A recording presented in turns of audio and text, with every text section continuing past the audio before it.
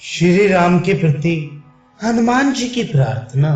सूरदास जी कहते हैं, श्री हनुमान जी बोले, रघुनाथ जी आप अपने मन में कोई संदेह ना करें।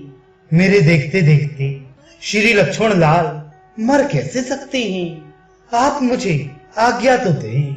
आप कहीं तो सूर्य को उदय ही ना होने दूं, जिससे प्रत्येक दिशा में अंधकार बढ़ता रहे।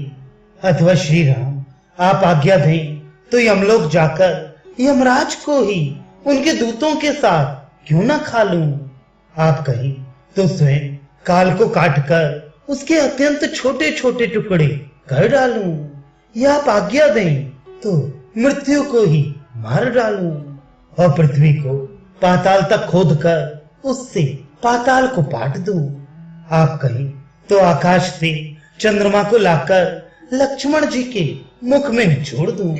अथवा आपकी आज्ञा हो तो पाताल जाकर अमृत ले आऊं और उसे समुद्र के पूरे जल में घोल दूं। श्री राघव जी मेरे जैसा जिसका सेवक है उसके लिए भला संकट कैसा। श्री रघुनाथ जी मुझे आपकी शपथ, कोई बात मैं झूठी नहीं कह रहा हूं।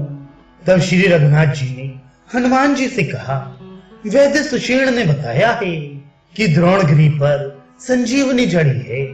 मेरे भाई तुम विलंब मत करो, जाकर तुरंत उसे वहां से ले आओ। सूरदास जी कहते हैं, प्रभु की आज्ञा सुनकर हनुमान जी शीघ्रता पूर्वक चल पड़े। हनुमान जी द्रोणगिरि पर पहुंचे, किंतु जब वे संजीवनी को पहचान ना सके तब पूरे पर्वत को ही उठा लाए। इस प्रकार लौटते हुए जब वे अयोध्या के ऊपर पहुंचे तब उन्हें देखकर भरत जी आश्चर्य से देखते रह गए और कोई बड़ा उत्पात करने वाला राक्षस समझकर आकाश में उनको लक्ष्य करके बाण मार दिया। राम राम ये कहते हुए श्री पवन कुमार गिर पड़े। तब भरत जी उनके पास चले आए। सूरदास जी कहते हैं कि भरत जी ने उनसे पूछा, तुम कौन हो बताओ तो। तब अपना नाम हनुमान बताकर उन्होंने परिचय दिया। भरत जी ने पूछा, कपिवर श्री रघुनाथ जी का समाचार बतलाओ। संपूर्ण जगत के राजा श्री राघवेंद्र भाई लक्ष्मण तथा श्री जानकी जी के साथ कुशल पूर्वक तो हैं। ये सुनकर हनुमान जी बोले, महान बलवान तथा शूरवीर श्री भरत जी आप प्रभु की कुशल मत पूछें। जब प्रभु दंडक वन में निवास करते थे तब राक्षस रावण ने छल करके मेरी माता श्री जानकी जी का हरण कर लिया। अब श्री विधे नंदिनी के वियोग में व्याकुल शरीर अत्यंत दुखी प्रभु समुद्र किनारे लंका में हैं।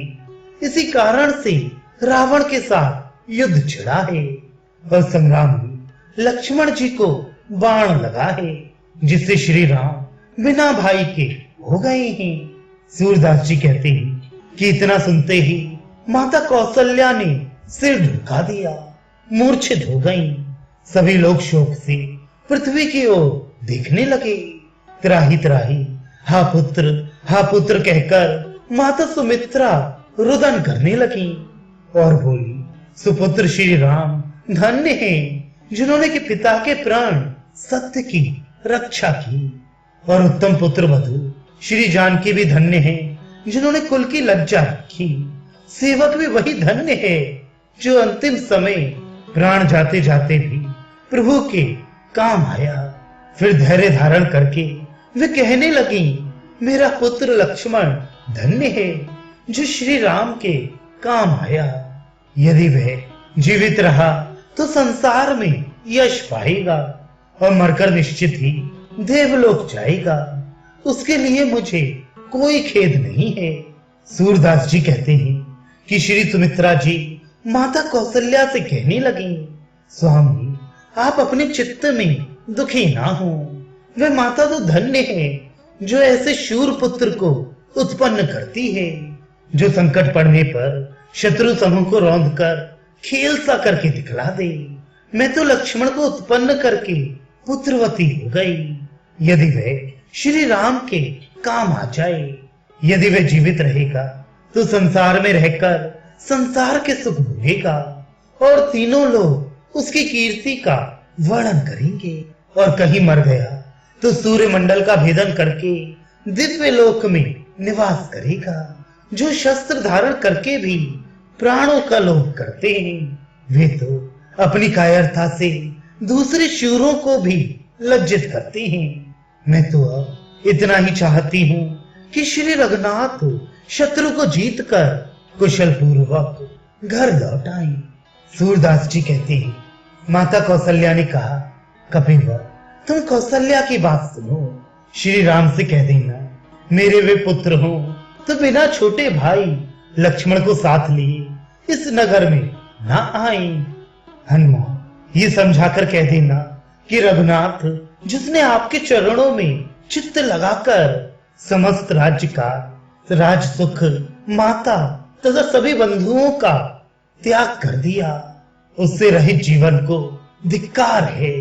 हो सके तो लक्ष्मण और श्री जानकी के साथ कुशल पूर्वक लौटकर इस नगर में राज्य करो, अन्यथा श्री सुमित्रा कुमार पर अपने आप को न्यौछावर कर दो। माता कौशल्या ने कहा, पवन कुमार तुम जाकर श्री रघुनाथ के सम्मुख मेरी यह प्रार्थना सुना देना कि माता की लज्जा को बचाने के लिए बिना लक्ष्मण के वे इस नगर में ना आए। सूरदास जी कहते हैं, तब माता सुमित्रा हनुमान जी को इस प्रकार अपना संदेश देते हुए समझाने लगी, सेवक युद्ध में प्राण दे दे तभी स्वामी तो घर लौटकर आता ही है, इसमें कोई अनुचित बात नहीं है। श्री राम से कहना, जब से तुम वन को गए हो तभी से भरत ने भी सब सुख उपभोग छोड़ दिए हैं। हे रघुनाथ तुम्हारे दर्शन के बिना अपने हृदय में उन्होंने दुखों का समूह बसा लिया है, अत्यंत दुखित हैं।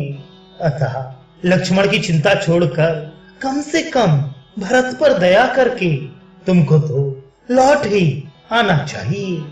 यह सब सुनकर पवन कुमार शुद्ध भाव से बोले, भरत जी चित्त लगाकर ध्यान से आप मेरी बातें सुने।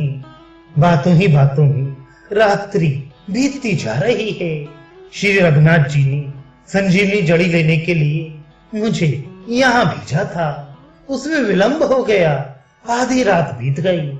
इससे लक्ष्मण जी का कार्य उन्हें सचेत करने का काम नष्ट हो गया, उसमें देर लगी, रात्रि बीत जाने पर यह कार्य नहीं हो सकेगा। सूरदास जी कहते हैं, इतना सुनकर भरत जी ने कहा, पवन कुमार तुम पर्वत के साथ मेरे बाण पर बैठ जाओ, मैं तुम्हें प्रभु के पास पहुंचा दूं। मेरे मस्तक पर प्रभु की चरण पादुका है, इसी के बल से मैं भरत सबका भरण पोषण करने वाला कहलाता हूँ। अतः तुम्हें इस पादुका के प्रताप से ही मैं बाण पर बिठाकर लंका पहुंचा सकता हूँ। सूरदास जी कहते हैं कि हनुमान जी संजीवनी लेकर लंका आ गए। धैर्यशाली महाराज श्री रघुनाथ जी को हाथ जोड़कर उन्होंने मस्तक झुकाया, पर्वत को लाकर उन्होंने समुद्र के किनारे रख दिया और प्रभु से भरत जी का समाचार सुनाया। फिर लक्ष्मण को संजीवनी का सेवन कराकर उसे सुंघाकर मूर्छित दशा से पुनः सचेत कर दिया।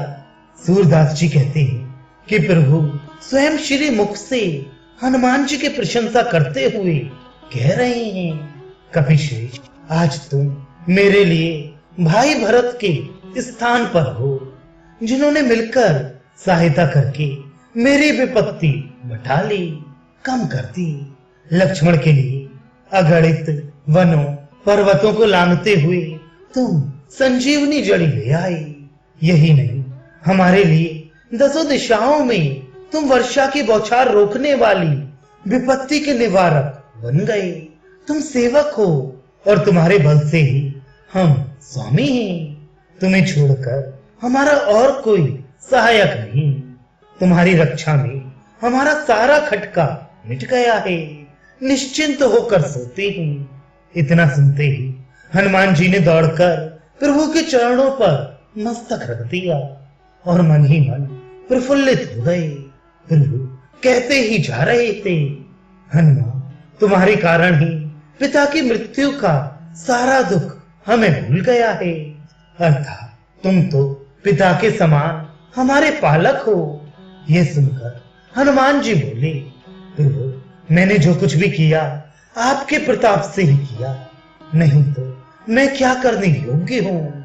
आप त्रिभुवन के स्वामी होकर भी सेवक को इतनी बड़ाई देते हैं, ये आपका उदार स्वभाव ही है।